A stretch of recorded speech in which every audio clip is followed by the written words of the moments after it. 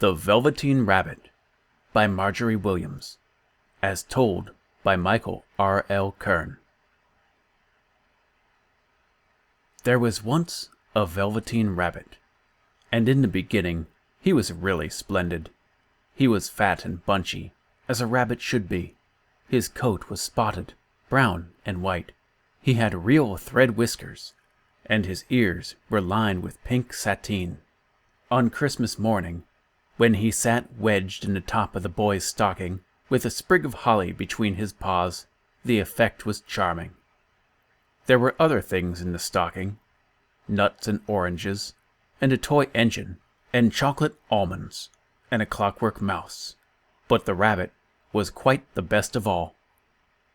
For at least 2 hours the boy loved him, and then aunts and uncles came to dinner, and there was a great rustling of tissue paper and unwrapping of parcels, and in the excitement of looking at all the new presents, the Velveteen Rabbit was forgotten. For a long time he lived in the toy cupboard, or on the nursery floor, and no one thought very much about him. He was naturally shy, and being only made of velveteen, some of the more expensive toys quite snubbed him. The mechanical toys were very superior, and looked down upon everyone else. They were full of modern ideas, and pretended that they were real. The model boat, who had lived through 2 seasons, and lost most of his paint, caught the tone from them, and never missed an opportunity of referring to his rigging in technical terms. The rabbit could not claim to be a model of anything, for he didn't know that real rabbits existed. He thought they were all stuffed with sawdust, like himself, and he understood that sawdust was quite out of date, and should never be mentioned in modern circles. Even Timothy, the jointed wooden lion, who was made by the disabled soldiers, and should have had broader views, put on airs and pretended he was connected with government.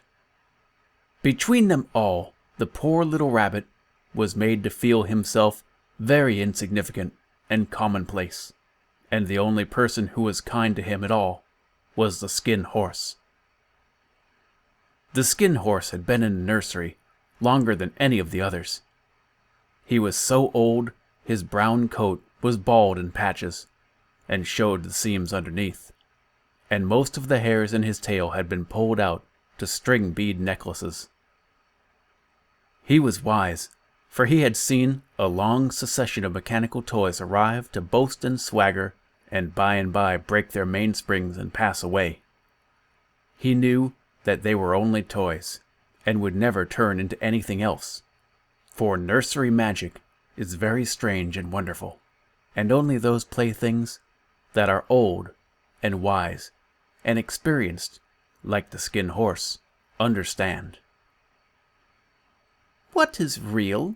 asked the rabbit one day, when they were lying side by side near the nursery fender. "Does it mean having things that buzz inside you and a stick-out handle?" "Real isn't how you are made," said the Skin Horse. "It's a thing that happens to you when a child loves you for a long, long time.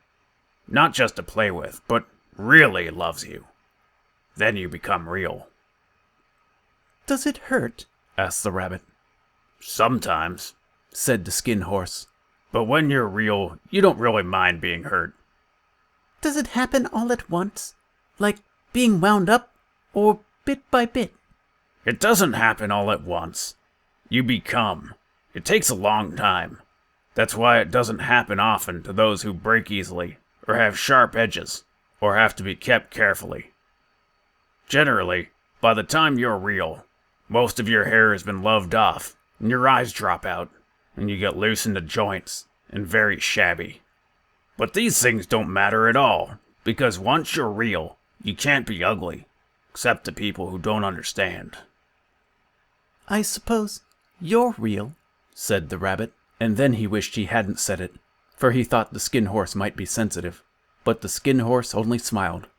"The boy's uncle made me real," he said. "That was a great many years ago. But once you're real, you can't become unreal again. It lasts for always." The rabbit sighed.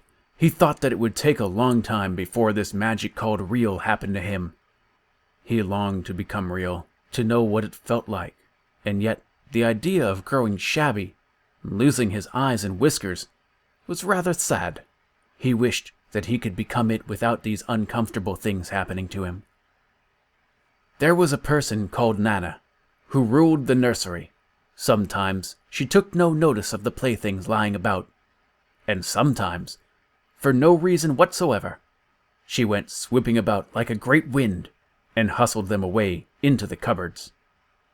She called this tidying up, and the playthings all hated it, especially the tin ones. The rabbit didn't mind so much, for wherever he was thrown, he came down soft. One evening, when the boy was going to bed, he couldn't find the china dog that always slept with him. Nana was in a hurry, and it was too much trouble to hunt for china dogs at bedtime, so she simply looked about her, and seeing that the toy cupboard stood open, she made a swoop. "Here," she said, "take your old bunny. He'll do to sleep with you." And she dragged the rabbit out by one ear and put him into the boy's arms. That night, and for many nights after, the Velveteen Rabbit slept in the boy's bed. At first, he found it rather uncomfortable, for the boy hugged him very tight, and sometimes he rolled over on him, and sometimes he pushed him so far under the pillow that the rabbit could scarcely breathe. And he missed, too, those long moonlight hours in the nursery when all the house was silent, and his talks with the skin horse. But very soon he grew to like it, for the boy would talk to him, and made nice tunnels for him under the bedclothes, that he said were like the burrows that real rabbits lived in, and they had splendid games together in whispers, when Nana had gone away to her supper and left the nightlight burning on the mantelpiece. When the boy finally dropped off to sleep, the rabbit would snuggle down close under his little warm chin and dream, with the boy's hands clasped close around him all night long. And so time went on, and the rabbit was very happy. So happy that he never noticed how his beautiful velveteen fur was getting shabbier and shabbier, and his tail becoming unsewn, and all the pink rubbed off his nose. Spring came, and they had long days in the garden, for wherever the boy went, he brought the rabbit. He had rides in the wheelbarrow, and picnics on the grass, and lovely fairy huts built for him under the raspberry canes behind the flower border. One day, when the boy was called away to tea, the rabbit was left out on the lawn until after dusk. Nana had to come out and look for him with a candle, because the boy couldn't go to sleep unless he was there. He was wet through with the dew, and quite earthy from diving into the burrows that the boy had made for him in the flower bed. Nana grumbled as she rubbed him off with the corner of her apron. "Fancy all this fuss over a toy," she sighed. The boy sat up in bed and stretched out his hands. "You mustn't say that. He isn't a toy, he's real," the boy exclaimed.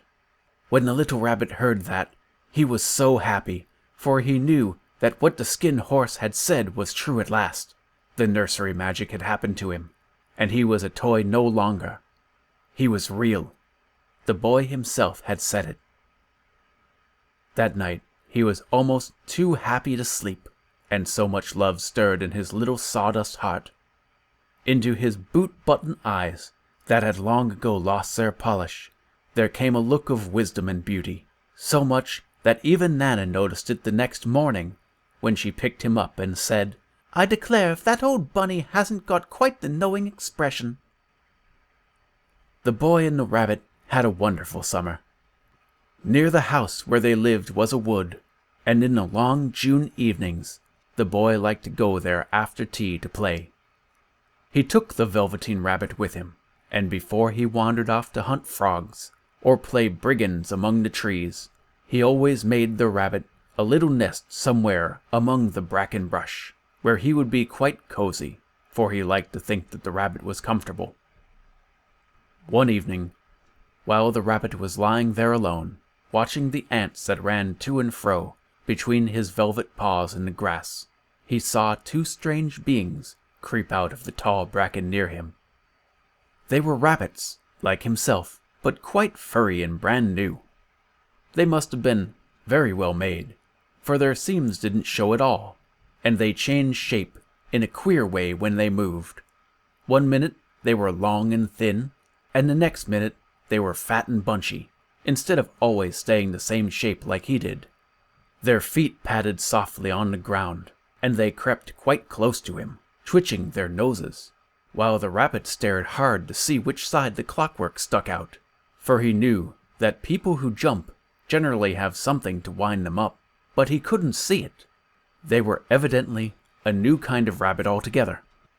They stared at him, and the little rabbit stared back, and all the time their noses twitched. "Why don't you get up and play with us?" one of them asked. "I don't feel like it," said the rabbit, for he didn't want to explain that he had no clockwork. "Ho!" said the furry rabbit. "It's as easy as anything," and he gave a big hop sideways and stood on his hind legs. "I don't believe you can," he said. "I can," said the little rabbit. "I can jump higher than anything." He meant when the boy threw him, but of course he didn't want to say so. "Can you hop on your hind legs?" asked the furry rabbit. That was a dreadful question, for the Velveteen Rabbit had no hind legs at all. The back of him was made all in one piece like a pincushion. He sat still in the bracken and hoped that the other rabbits wouldn't notice. "I don't want to," he said again. But the wild rabbits had very sharp eyes, and this one stretched out his neck and looked. "He hasn't got any hind legs!" he called out. "Fancy a rabbit without any hind legs!" And he began to laugh.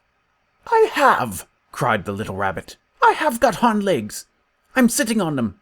Then stretch them out and show me like this," said the wild rabbit, and he began to whirl around and dance, till the little rabbit got quite dizzy. "I don't like dancing," he said. "I'd rather sit still."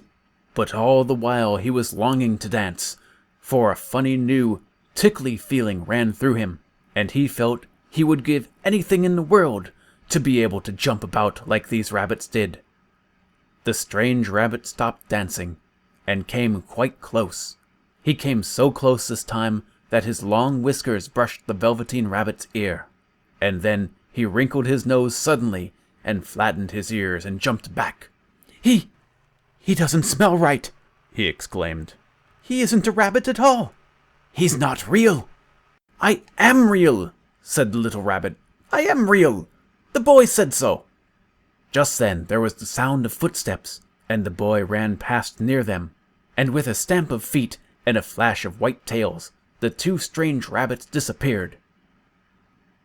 Things got very still, until only the little ants ran to and fro, and the bracken swayed gently, where the two strangers had passed.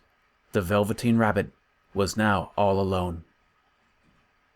"Oh dear," the rabbit thought, and for a long time he lay very still, watching the bracken and hoping that they would come back.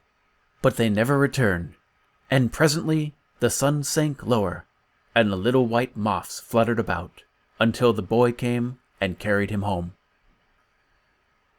Weeks passed, and the little rabbit grew very old and shabby. But the boy loved him just as much. He loved him so hard that he loved all his whiskers off, and the pink lining to his ears turned gray, and his brown spots faded. He even began to lose his shape, and he scarcely looked like a rabbit any more, except to the boy. To him, he was always beautiful, and that was all the little rabbit cared about. He didn't mind how he looked to other people. But then one day the boy fell ill. His face grew very flushed, and he talked in his sleep. His little body was so hot, it burned the rabbit when he held him close. Strange people came and went in the nursery, and the light burned all night, and through it all the little Velveteen Rabbit lay there, hidden from sight under the bedclothes. He never stirred, for he was afraid that if they found him, someone might take him away, and he knew the boy needed him now more than ever. All sorts of delightful things he planned, and while the boy lay half asleep, he crept up close on the pillow and whispered them into his ear. Presently, the fever turned, and the boy began to get better. He was able to sit up in bed and look at picture books, while the little rabbit cuddled close at his side. One day, they let him get up and dress. It was a bright, sunny morning, and the windows stood wide open. They had carried the boy out onto the balcony, wrapped in a shawl, and the little rabbit lay tangled among the bedclothes. The boy was going to the seaside tomorrow. Everything was arranged, and now it only remained to carry out the doctor's orders.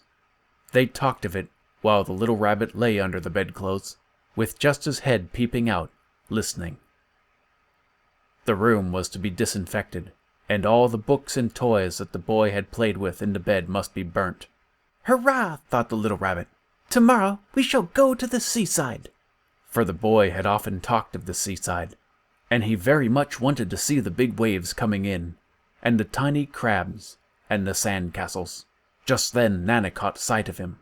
"How about his old bunny?" she asked. "That," said the doctor, "why, it's a mass of scarlet fever germs. Burn it at once."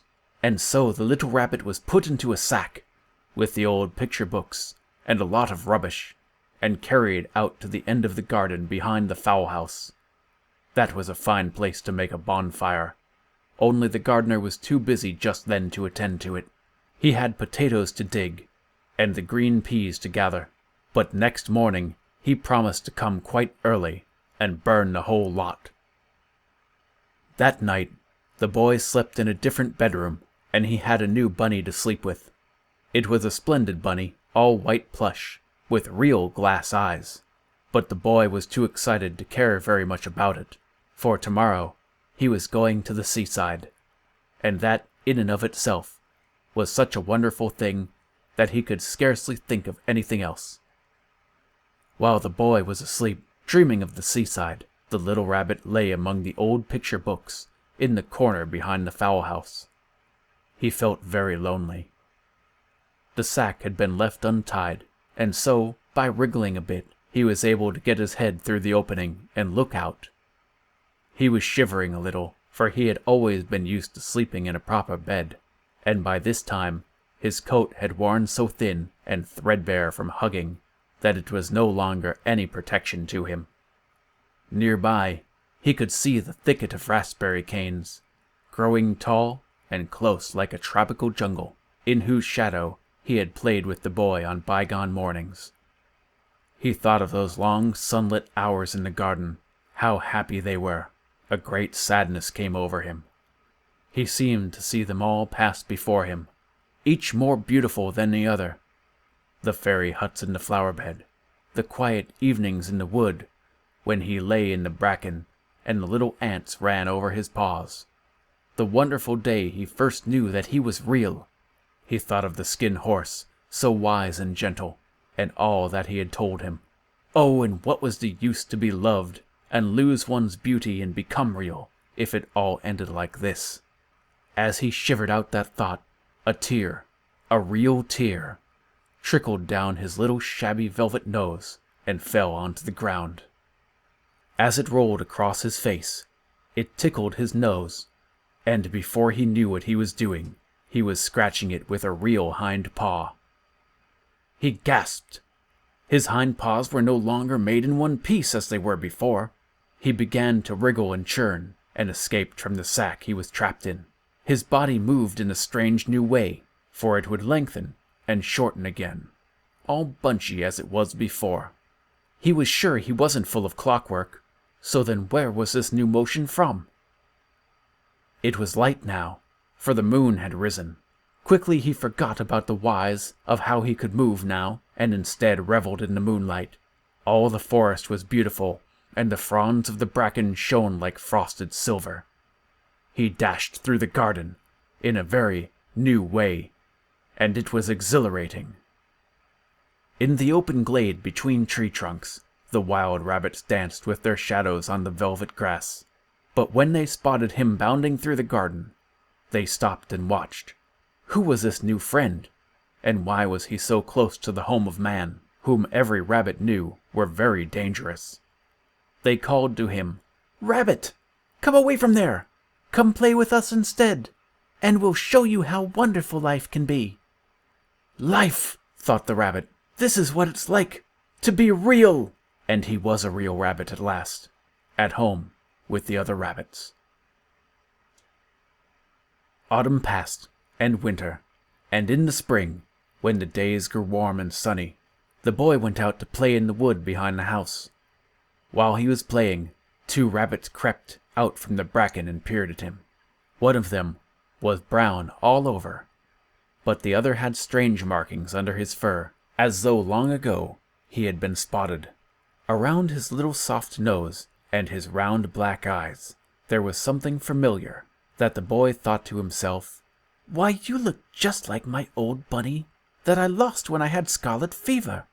But he never knew that it really was his own bunny, come back to look at the child who had first helped to make him real.